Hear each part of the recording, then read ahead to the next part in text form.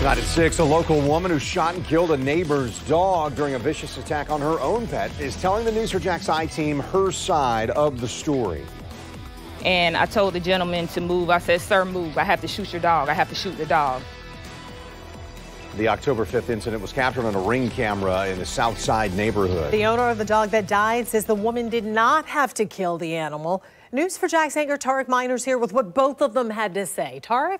So April Bell says that she contacted the News4JAX team because she wants to clear her name after being intimidated in her neighborhood and on social media by the owners of the dog she shot and killed. She says video of the incident sheds new light as to why she chose deadly force.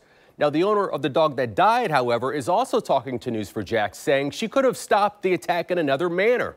They want criminal charges to be filed. Shorty had sustained a front left leg fracture and multiple wounds, deep puncture wounds. Their injuries this 9-year-old Shih Tzu named Shorty sustained October 5th in the front yard of his owner April Bell's home. Watch as the Shih Tzu runs out of the garage and into its front yard to confront a mixed fox terrier. The fox terrier slipped out of its leash as it was being walked by its owner's friend. The dog just had Shorty by the throat and just slinging him like a rag doll. Bell says she tried to get the other dog named Loki off of hers by first swinging a bag she had at the time at the dog's head, which didn't work. Seconds later, she runs back to her garage to grab a broomstick, attempting to poke Loki into releasing her dog from its jaws. Just vicious, a very vicious attack. According to the timestamp on the video, 31 seconds passed before Bell makes the decision to grab a handgun from inside of her car. She says Loki wasn't following orders, even though he was being punched. Bell says she felt like she had no other choice to save her dog's life. And I told the gentleman to move. I said, "Sir, move. I have to shoot your dog. I have to shoot the dog." And he moved. I was mindful of my surroundings, making sure no one else was around. I tried to aim the gun a little bit lower towards the ground and took a deep breath and fired the shot. According to Loki's owner, the bullet went in and out of Loki's ribs, leading to his euthanization at a veterinary office. Poor Loki. Poor Loki. It's reckless. End of the day, it's reckless.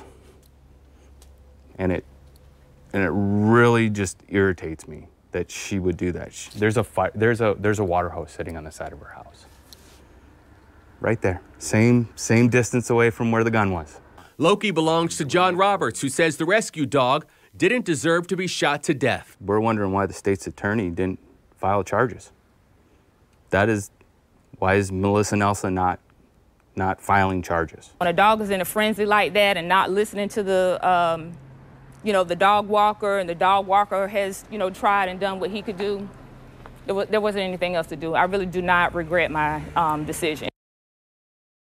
So Bell says when she wasn't home, Loki's owners set up this makeshift memorial for their dog in her front yard, even though Loki died at the veterinarian's office.